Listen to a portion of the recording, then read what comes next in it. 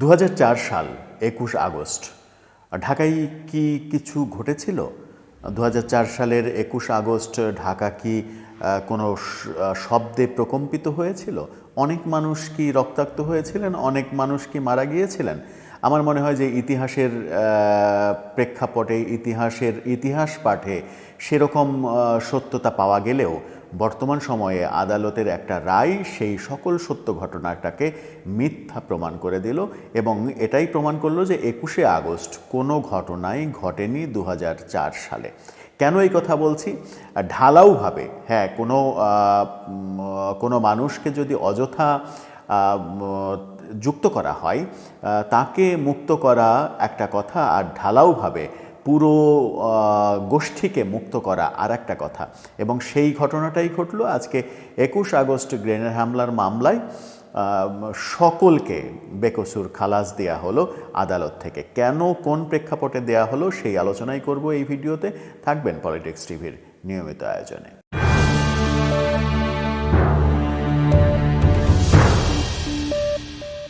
২০০৪ সালের ২১ আগস্ট কি ঘটেছিল ঢাকায়? বঙ্গবন্ধু এভিনিউতে গ্রেনেড হামলার পর হামলা হয়েছিল, একের পর এক গ্রেনেড চার্জ করা হয়েছিল। আওয়ামী লীগের একটা সমাবেশ হচ্ছিল, সেখানে আওয়ামী লীগের সভানেত্রী শেখ হাসিনা প্রধান অতিথি ছিলেন। তার চারপাশে গ্রেনেড হামলা হয়েছিল। অসংখ্য স্প্লিন্টারে নেতারা আহত হয়েছিলেন। মানব বর্ম তৈরি করে শেখ হাসিনাকে রক্ষা করেছিলেন নেতারা। সেই হামলায় ২৩ জন মৃত্যুবরণ করেছিলেন। সাবেক প্রেসিডেন্ট জিল্লুর রহমানের পত্নী আইভি রহমান, মহিলা আওয়ামী লীগের সভাপতি, তিনি সহ ২৩ জন মারা গিয়েছিলেন।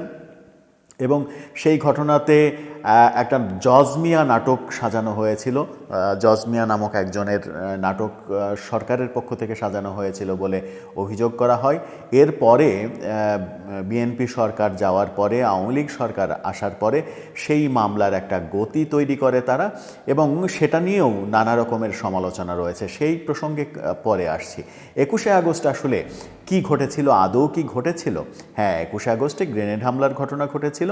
মুহুর্মুহুর গ্রেনেড হামলায় আওয়ামী লীগের সভা পণ্ড করা হয়েছিল এবং সেখানে স্পট ডেট হয়েছিল প্রায় ২০-২১ জনের মতো। হাসপাতালে পরবর্তীতে অনেকেই মারা যান। এই ঘটনা আমি নিজেও সেই দিন প্রেস ক্লাবে একটা কাজে ছিলাম। প্রেস ক্লাবে কাজে হঠাৎ বড় বড় শব্দে যখন চতুর্দিক প্রকম্পিত হতে শোনা গেল, তখন বাইরে এসে মানুষের ছোটাছুটি দেখেছিলাম। মানুষের ছোটাছুটি এমন পর্যায়ে গিয়েছিল যে আমাকে নিজেকেও ছুটতে হয়েছে প্রাণ ভয়ে। বাসায় কিভাবে পৌঁছাবো সেই ভয়ে দৌড়ে শাহবাগে এসে কোনো রকমে একটা বাস ম্যানেজ করে সেই বাসে আমার তখনকার ঠিকানা কল্যাণপুরে আসতে হয়েছিল। সেই ঘটনা একটু দূর থেকে প্রেস ক্লাব থেকে প্রত্যক্ষ করেছিলাম। রক্তাক্ত মানুষের রাস্তায় ছোটাছুটি প্রত্যক্ষ করেছিলাম। মানুষ প্রাণ ভয়ে কীভাবে পালায় সেটা প্রত্যক্ষ করেছিলাম। কিন্তু আজকে আদালত রায় দিল যে ২১ আগস্ট গ্রেনেড হামলার সমস্ত আসামি বেকসুর খালাস। অভিযোগ রয়েছে আওয়ামী লীগ যখন বিচার কার্য শুরু করে তখন এই মামলায় চার্জশিট চার্জশিট দাখিলের পরে চতুর্থ আয়ও নিয়োগ করার পরে তারেক রহমানের নাম এখানে যুক্ত করে। তারেক রহমানের নাম যদি আওয়ামী লীগ ভুলভাবে যুক্ত করে থাকে তাহলে আদালত বিচার বিশ্লেষণ করে তারেক রহমানকে খালাস দিলে সেটাই উপযুক্ত বিচার হতো কিনা, সেটাই উপযুক্ত রায় হতো কিনা, সেই আলোচনা যখন রয়েছে তখন ঢালাওভাবে সব আসামিকে খালাস দেয়া হলো ২১শে আগস্টে, যেন কোনো ঘটনাই ঘটেনি। তারেক রহমান যেহেতু ওই সময় প্রধানমন্ত্রীর পুত্র ছিলেন, তারেক রহমান বিএনপির অনেক কিছু কন্ট্রোল করতেন, সেই কারণে তারেক রহমানের নামটা সেখানে আওয়ামী লীগ ঢুকিয়ে হয়তো মজা পেয়েছে। তারেক রহমানকে সেই মামলায় একটা বড় শাস্তিও দেওয়া হয়েছে এবং তারেক রহমান দেশে ফিরে আসছেন না এই সময়ে এই আলোচনা যখন বিশ্লেষণ করতে যাওয়া হয় তখন কিন্তু ওই ব্যাপারটাই সামনে আসে যে তারেক রহমানের যাবজ্জীবন কারাদণ্ডের সাজা রয়েছে।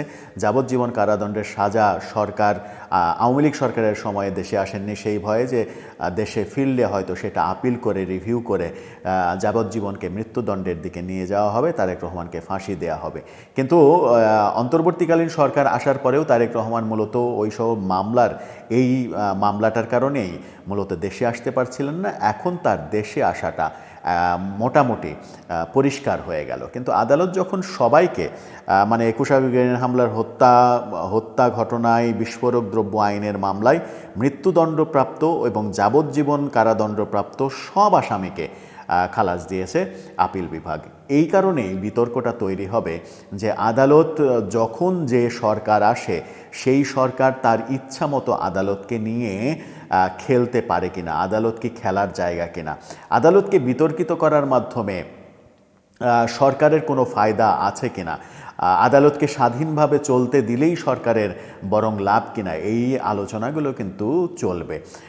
বর্তমান সরকারের আইন উপদেষ্টা আসিফ নজরুল সেই সময় এক ইন্ডিপেন্ডেন্ট টেলিভিশনে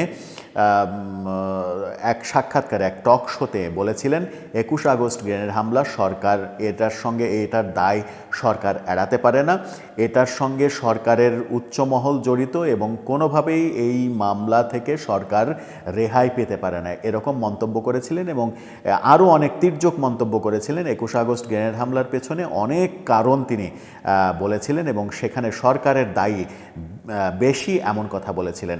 সেই আসিফ নজরুলই এখন আইন উপদেষ্টা, বর্তমান অন্তর্বর্তীকালীন সরকারের আইন উপদেষ্টা। তার মন্ত্রণালয়ের অধীন হচ্ছে আদালত। সেই আদালতে 21 আগস্ট গ্রেনেড হামলায় সব আসামিকে খালাস দেওয়া হলো, এমনকি মৃত্যুদণ্ডপ্রাপ্ত আসামিকেও খালাস দেওয়া হলো। এই যখন অবস্থা, তখন আপনি কি বলবেন সেটা আপনার বিষয়, আমি কি বলবো সেটা আমার বিষয়। আমার ব্যক্তিগত কোনো ভাষ্য নেই। যে আলোচনাগুলো হচ্ছে সেই আলোচনায় যে যার মতো করে ভাষ্য দেবে সেটাই স্বাভাবিক। কিন্তু আমার ভাষ্য একটাই, সেটা হচ্ছে যে প্রত্যেকটা সরকারেরই বাংলাদেশে একটা টেন্ডেন্সি তৈরি হয়েছে, আওয়ামী লীগকে যখন আদালতকে করায়ত্ত করার অভিযোগে অভিযুক্ত করা হচ্ছে, আদালতকে নানাভাবে কাজে লাগিয়েছে। যেমন এই মামলাতেই আওয়ামী লীগ তারেক জিয়াকে আসামি করেছে নিজের গায়ের জোরে, অনেকটা তেমন কোনো ক্লু না থাকা সত্ত্বেও গায়ের জোরেই বলা যায় যে আসামি করেছে। ঠিক তেমনি আওয়ামী লীগ যে কাজ করেছে, অন্তর্বর্তীকালীন সরকার আওয়ামী লীগের সমালোচনা করার পর ঠিক একই রকম কাজ করলো কিনা, গায়ের জোরেই আবার সবাইকে খালাস দিয়ে দিল কেন। 21 আগস্টে কেউ না কেউ তো দোষী, কেউ না কেউ তো এই ঘটনা ঘটিয়েছে। তো যারা প্রকৃত দোষী, সঠিক তদন্তের মাধ্যমে তাদের বিচার তো নিশ্চিত করতে হবে। ঢালাওভাবে যদি আপনি সবাইকে রেহাই দিয়ে দেন, সবাইকে খালাস দিয়ে দেন, তাহলে পুরো প্রক্রিয়াটাই বিতর্কিত হয়ে যায়। এই বিতর্কিত প্রক্রিয়ায় এবার আওয়ামী লীগও মুখ খুলেছে। আওয়ামী লীগের যুগ্ম সাধারণ সম্পাদক মাহবুবুল আলম হানিফ আজকের পত্রিকাকে হোয়াটসঅ্যাপ বার্তায় যেটা জানিয়েছেন সেটা হচ্ছে যে আজকের এই রায় প্রমাণ করে সরকার বিচার ব্যবস্থাকে পুরোপুরি জিম্মি করে রেখেছে। জিম্মি আওয়ামী লীগও করেছিল, জিম্মি এই সরকারও করছে। তার মানে হচ্ছে ব্যাপারটা দাঁড়াচ্ছে যে লাউ সেই কদুই, কোনো কিছুতেই আসলে বাংলাদেশের মানুষের সঠিক যে বিচার, সেই বিচার পাওয়ার অধিকারটা আদৌ আছে কিনা সেটা আল্লাহ মালুম। হানিফ আরও বলেছেন, ডক্টর ইউনূসের রিসেট বাটনের যথাযথ কার্যকারিতা আমরা দেখতে পেলাম আজকের এই রায়ের মাধ্যমে। উনি আমাদের সব কিছু ভুলিয়ে দিতে চেয়েছিলেন, তারই ধারাবাহিকতায় 21 আগস্টের নারকীয় হত্যাকাণ্ডের মতো ঘটনাকে পুরোপুরি মুছে ফেলার এই অপচেষ্টা। 21 আগস্ট গ্রেনেড হামলার ঘটনায় হত্যা ও বিস্ফোরক দ্রব্য আইনের মামলায় মৃত্যুদণ্ডপ্রাপ্ত ও যাবজ্জীবন কারাদণ্ডপ্রাপ্ত সব আসামিকে খালাস দিয়েছে হাইকোর্ট। এতে কি প্রমাণিত হলো? দেশে কি 21 আগস্টে কিছুই ঘটেনি?